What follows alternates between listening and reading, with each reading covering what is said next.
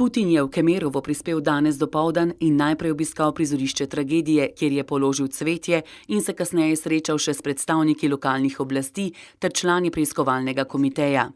Sosledje napak, ki so pripeljale do tragedije, v kateri je umrlo najmanj 64 ljudi, ga je pretreslo. Первое чувство, значит, когда говорят о количестве погибших и погибших детей, хочется не плакать, а реветь хочется. А когда послушаешь, что здесь вот сказано, уже другие чувства возникают, честно скажем. Preiskovalci počasi sestavljajo sliko dogodkov in odkrivajo vrsto napak, ki so imele za rezultat eno največjih tragedij po razpadu Sovjetske zveze. Požar je najprej izbruhnil na otroškem igrišču, ni pa še znano, zakaj je zagorelo. Alarmni sistem ni deloval, obiskovalci trgovskega središča pa so morali sami iskati pot na varno.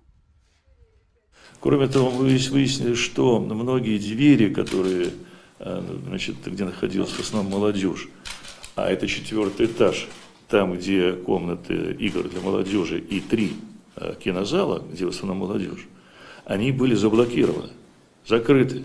Мы сейчас выясняем, почему это сделано. Но одна из версий, для того, чтобы безбилетники, скажем, молодые ребята не заходили в кинозал.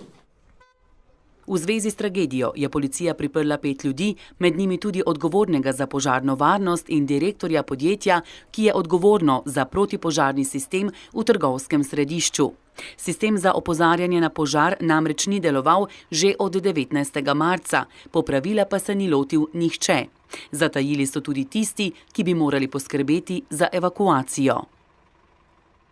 Хотел бы отметить, что основной состав вот этого персонала, он сбежал, бросил на произвол детей и родителей, и детей, вот те работники, которые должны были отвечать за безопасность, за занятия, за организацию эвакуации, они все первые разбежались.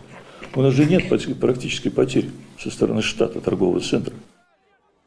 Žalost ob tragediji se je pomešala z besom tistih, ki so v požaru izgubili svoje najbližje. V središču mesta se je danes zjutraj zbralo nekaj tisoč ljudi, ki so zahtevali pojasnila in kazen za odgovorne. Med njimi so bili tudi starši, ki so se morali soočiti z največjo izgubo. Вот мои, они были, мы их могли еще опознать, потому что еще они где-то задыхались просто. Других привозили просто полголовы нету у детей, то есть маленькие. Без рук, без ног. Мешок открывает, а там просто свалены руки, ноги. Tragedija je sicer terjala najmanj 64 življenj, od tega najmanj 41 otrok. Še vedno pogrešajo več 10 ljudi.